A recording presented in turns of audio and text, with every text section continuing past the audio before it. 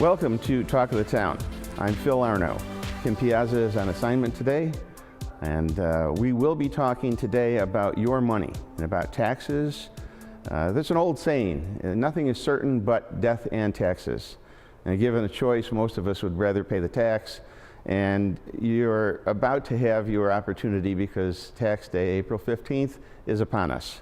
Today, to discuss taxes and government is Chris Jacobs, our county clerk. Welcome, Chris. Thanks so much for having me. Before we get into taxes, the county executive race, you have made an announcement that you're not going to seek the office. Yes. Tell us a little bit about your decision. I made the decision yesterday publicly. It's something I'd been encouraged to look at it, and I gave it a good hard look and talked to a lot of people and did a lot of thinking about it, but I just determined that it really isn't the right time for me to pursue something else.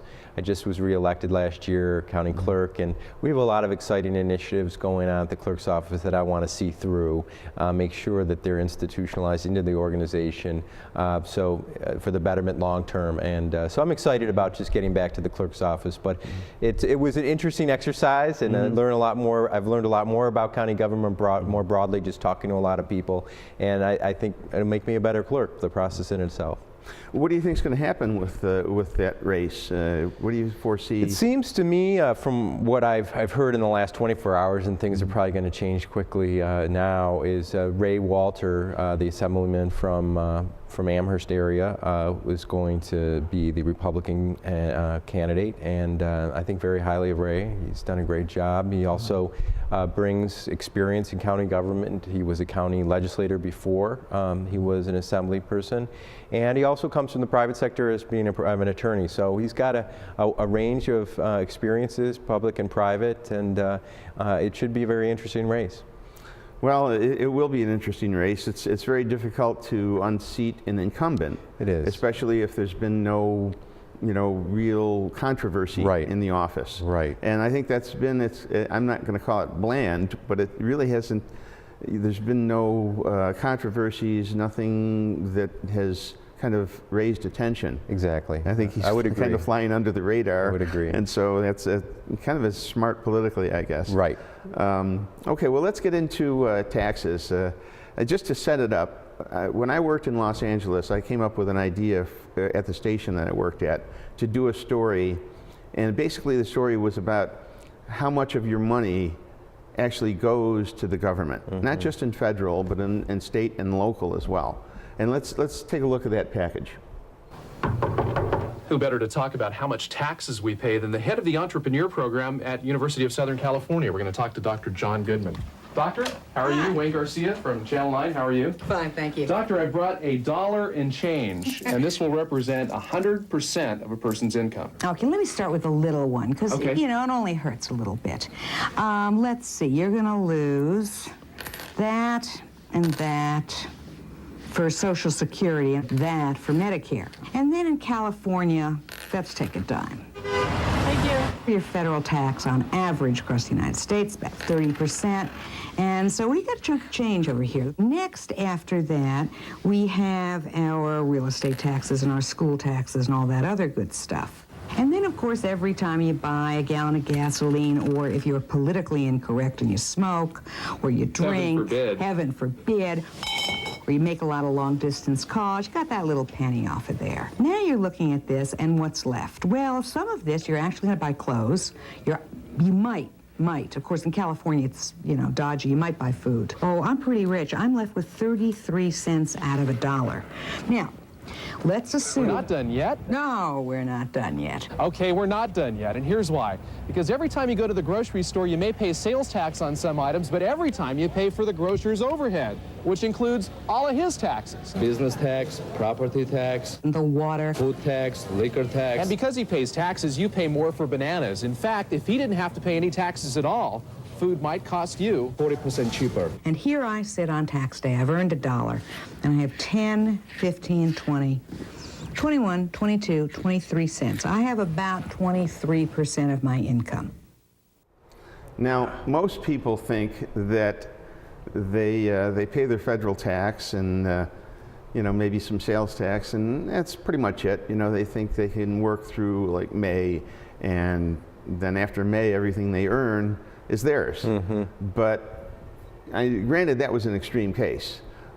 But a lot more of your money actually gets into the government. I didn't catch, so what did she say? You had 23 cents left over? Yeah, we stopped at 23 cents. Yeah. We didn't go into the fact that the farmer has to pay taxes to raise that head of lettuce, and then the trucking company has to pay taxes, road taxes and tolls and whatever, gasoline taxes to deliver that head of lettuce. And so there's taxes like right down the line that go into the cost of the things that you buy.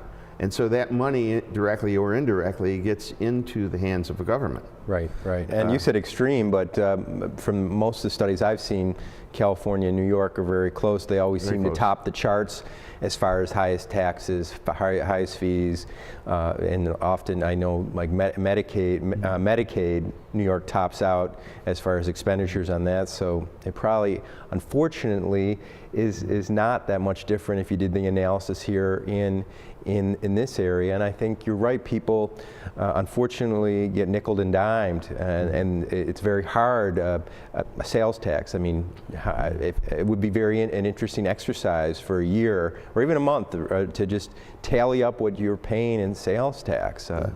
Gas is another one where you have federal, state, and local. Our local sales tax is based on the number before the sales tax, so it's actually taxed on the tax.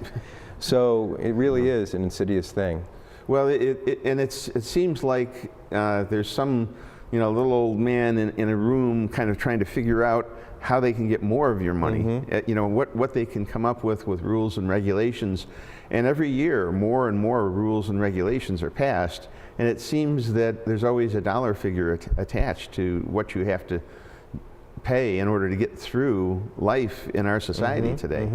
You would hope you talk about transparency in government, transparency in Albany and elected officials, which I am so very much for, but you wish there was a more transparent way for people to really know how much they're paying in taxes. I mean, just as far as the sense of accountability that the government should have for the amount of money they take. Well, I mean, one of the things that is very common is that the government's not dumb. I'll give them that.